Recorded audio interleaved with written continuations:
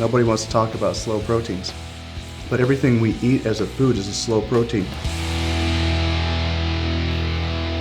Hi, I'm Lee Labrada, founder of Labrada Nutrition. I'm here with my friend and colleague, Dr. Dan Gartney. Welcome, Dan. And I would like to talk a little bit today about slow proteins, because we hear about fast proteins like whey protein that you're supposed to take right after exercising. What about slowly released proteins? Do they have a place in our diets? And if so, what are they? How should we take them? That's a fascinating topic, Lee, because it's the redheaded stepchild of proteins. Nobody wants to talk about slow proteins. But if you think about your dietary proteins, your meats, your cheeses, your eggs, they're slow proteins. That's what we take as food. That's what our body's used to taking in. That's what we need for nutrition to feed and maintain and manage our body throughout the day. When you talk about fast proteins, you're talking about a specific need at a specific time. But the rest of the day, your body is growing, repairing, and recycling a lot of the processes that are going on in it, requiring a constant influx of protein. Slow proteins are referring to protein powders that are released relative to whey more slowly and in a longer form than a short spiky release that you see in whey. So they're still relatively fast compared to eating a piece of steak. Okay. But you get the release over a period of several hours as opposed to a release over a period of, say, 30 to 90 minutes. So what is an example of a slowly released protein? The classic one they refer to is casein. Okay. And casein is the other milk protein besides whey. Mm-hmm.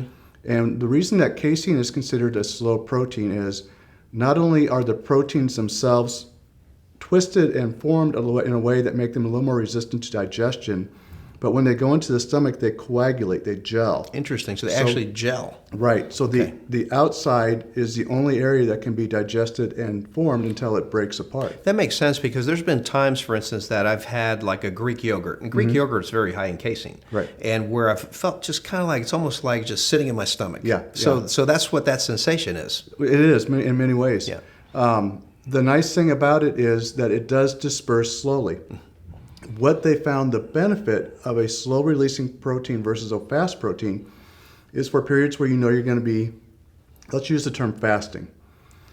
You are taking something right before bed, you're not going to eat for another 10 hours. There's a period of time there where you have no intake of any nutrient.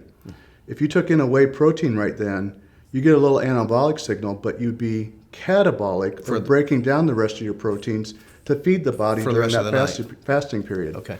If you took in a casein, you're releasing those proteins slowly over 4 to 6 hours. Okay. So you're protecting against that catabolic process. Even though you're not helping with building new muscle, you're preventing old or established muscle being broken down to meet needs. Okay. Now, Dan, so we're talking about slow proteins, and especially in the context of casein, mm-hmm. okay, which obviously you can get from a casein powder, or you can get from non-fat cottage cheese, or even Greek yogurt, mm-hmm. that kind of thing. But aren't whole food proteins like chicken and steak and fish, aren't those slow proteins also? Oh yeah, absolutely. That's, as I kind of introduced, everything we eat as a food is a slow protein. Okay. The process of eating a food involves chewing it to break it up mechanically into small pieces. And then not only does the protein that's exposed have to be digested, but you also have to digest the cells around the proteins to get to them. And then once they go through there, the enzymes in the stomach have to go and attack onto them. There's usually fat present in a mixed component meal. You eat a steak, you eat cheese, there's fat in there. Fat slows down both the digestive process and the transit of food from your stomach to your intestines to your body. So all these components together really release the dietary amino acids from a whole food source in a slow pattern, probably slower than casein, because you're not taking that huge volume in all at once. Interesting facts, Dan. Thanks for sharing that with us. You're very welcome.